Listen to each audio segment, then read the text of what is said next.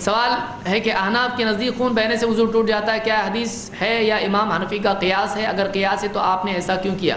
طہارت کے اعتبار سے مستحب ہوں گا کہ آپ وضو اور کر لیں تاکہ یہ صاف ہو، لیکن وہ شرائط یہ وضو ٹوٹنے میں نہیں آئیں گے، یاد رکھیں انشاءاللہ۔ صحابہ نے زخموں ہی میں نماز پڑھی، عمر رضی اللہ عنہ کو خنجر مارا گیا، اس کے باوجود وہ نماز پڑھتے رہے حالانکہ جسم سے خون نکل رہا تھا۔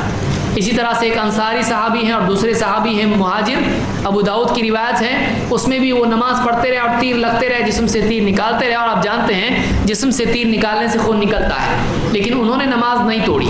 تو اس سے معلوم ہوا کہ خون نکلنے سے نماز نہیں ٹوٹتی ہے، خون نکلنے سے وضو نہیں ٹوٹتا ہے۔ میں نے کہا خون پاک ہے ناپاک ہے؟ کہہ رہے وہ تو ناپاک ہے، قرآن میں اللہ نے بہتے ہوئے خون کو ناپاک کہا ہے۔ میں نے کہا پھر قرآن میں آتا ہے وَثِيَابَكَ فَطَهِّرْ، نماز میں کپڑوں کو پاک رکھو، یہ بھی قرآن میں آتا ہے۔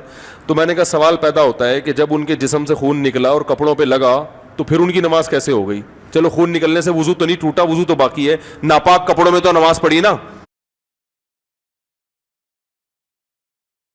ایک صاحب میرے پاس آئے، مجھے کہنے لگے کہ یہ جو خون نکل جاتا ہے جسم سے، امام حنیفہ کہتے ہیں اس سے وضو ٹوٹ جاتا ہے، بالکل حدیث کے خلاف ہے۔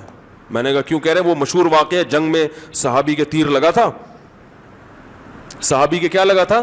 تیر، اور وہ خون بہ رہا تھا اور انہوں نے نماز کمپلیٹ کی اپنی، تو یہ تو آپ کے تو مسئلہ ہی۔ اور میں نے کہا میرے بھائی امام حنیفہ کو بھی حدیث معلوم تھی، اور اگر نہیں پہنچی تو ان کے شاگردوں کو پہنچ گئی تھی، نہیں تو ان کے بعد والوں کو اگر جو پہنچی تو انہوں نے چینج نہیں کی۔ اس کا مطلب اس کا جواب ہے، صرف یہ حدیث نہیں، اس کے علاوہ بھی ہے۔ نہیں میں نہیں مانتا، تم لوگ بس اندھے مقلد۔ میں نے کہا اچھا مجھے ایک بات بتا، حدیث کو مانتے ہو نا آپ؟ اس حدیث پہ عمل کرو گے؟ کہہ رہے ہاں۔ میں نے کہا خون پاک ہے ناپاک ہے؟ کہہ رہے وہ تو ناپاک ہے، قرآن میں اللہ نے بہتے ہوئے خون کو ناپاک کہا ہے۔ میں نے کہا پھر قرآن میں آتا ہے وَثِيَابَكَ فَطَهِّرْ، نماز میں کپڑوں کو پاک رکھو، یہ بھی قرآن میں آتا ہے۔ تو میں نے کہا سوال پیدا ہوتا ہے کہ جب ان کے جسم سے خون نکلا اور کپڑوں پہ لگا تو پھر ان کی نماز کیسے ہو گئی؟ چلو خون نکلنے سے وضو تو نہیں ٹوٹا، وضو تو باقی ہے، ناپاک کپڑوں میں تو نماز پڑھی نا۔ کہہ رہے یار یہ تو بڑا عجیب سا سوال ہے۔ میں نے کہا یا تو ایسے پریشر سے نکلا ہو کہ وہاں کپڑا بھی نہ ہو اور یوں کر کے نکل کے جا رہا ہو، ذرا بھی کھال پہ نہ لگاؤ۔ کہہ رہے یار وہ اس کا جواب کوئی ہوگا۔ تو میں نے کہا یہی امام حنیفہ کے خلاف جب کوئی حدیث آ جائے کرے نا تو سوچ لیا کرو کہ تیرے جیسے فنٹر کی بات کا جواب تو ہوگا، ابو حنیفہ کے پاس جواب نہیں ہوگا۔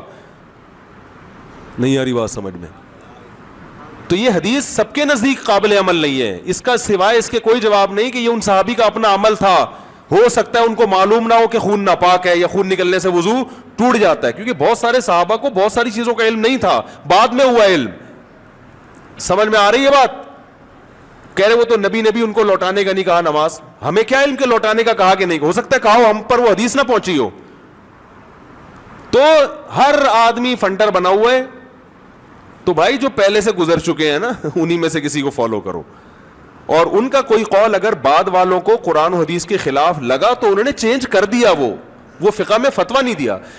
اگر مسوڑے سے اتنا خون نکلا کہ جب آپ نے تھوک پھینکا تو تھوک میں سرخی غالب ہے، یعنی سرخ ریڈ کلر زیادہ غالب ہے، تو پھر وضو ٹوٹ جائے گا۔ اور اگر تھوڑا سا خون ہے، جب تھوک پھینکا تو ہلکا سا سرخ پنا آ رہا ہے اس میں، زیادہ تر وہ تھوک ہی غالب ہے، تو پھر وضو نہیں ٹوٹے گا۔